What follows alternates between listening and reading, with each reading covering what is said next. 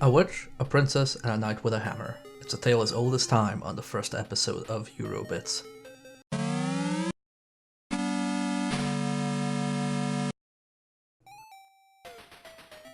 The Magical Castle Pit Pot, or just Pit Pot for short, is one of the earliest Sega Master System games, released in Japan in 1985 and in Europe in 1986 or 87 depending on the country.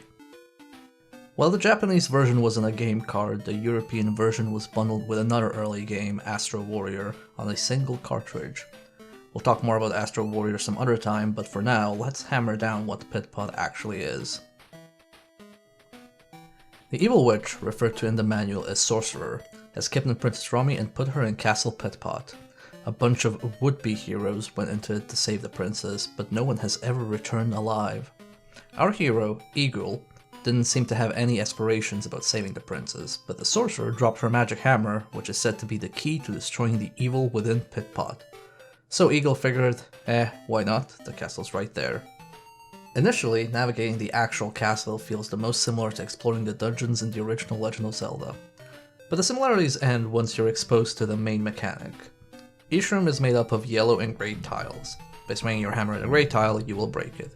If a cluster of gray tiles is left without any single tile connecting to yellow tiles, the entire cluster breaks, killing enemies, you, and yes, even the princess.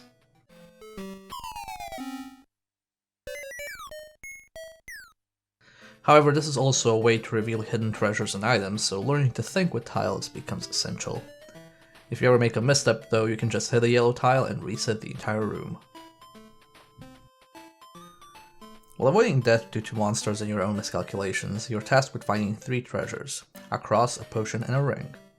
If you reach a princess without collecting all 3, it's game over, regardless of your life count. The cross is there to ward off the evil sorcerer, the potion is there to wake up the princess, the ring is there to, and I am quoting the manual here, bring happiness. That means that the princess is either cursed to be unhappy, really doesn't want to be saved by someone not serious about marriage, or she's just painfully materialistic. This is further reinforced by the various game overs. No cross and the sorcerer appears. No potion, the princess doesn't wake up. No ring, and Princess Rummy scoffs and turns around while Eagle dies of shame. The game comes with a nice selection of difficulties, with practice being simple enough to teach you all the rules of the game. On higher difficulties, the maze you're navigating becomes more convoluted, and finding all 3 treasures becomes more challenging. Sometimes they're in plain sight, but other times they'll require you either break the block you're hidden on, or that you pick up treasures or items that will force them to appear on the screen. One sad victim of localization, though, was the loss of an edit mode available in the Japanese version, where players could make their own levels, so Europeans were stuck with whatever Sega shipped the game with. While we mentioned that Pit Pot was initially released in 1985, its roots go a bit farther back. The game designer behind Pit Pot, Kotaro Hayashida, previously worked on Sega's arcade division on a game called Chainbit. While I couldn't find any additional information on Chainbit as it never made it through its localization test, according to Mr. Hayashida himself, it was a game like Pit Pot except with hexagons and less character. While Sega never claimed those games were connected, according to an interview in Sega Master System, a visual compendium, Mr. Hayashida considers them one and the same. Overall, Pit Pot is a nice early title for the Master System.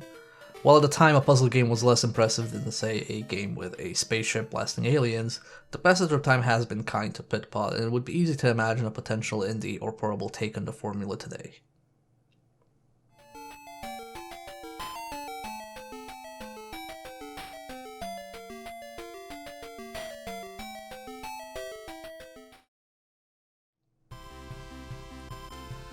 Thank you for watching the first episode of Eurobits. If you enjoyed the show, please like, comment, and subscribe. You can also follow my Twitch channel for less scripted drivel and gameplay.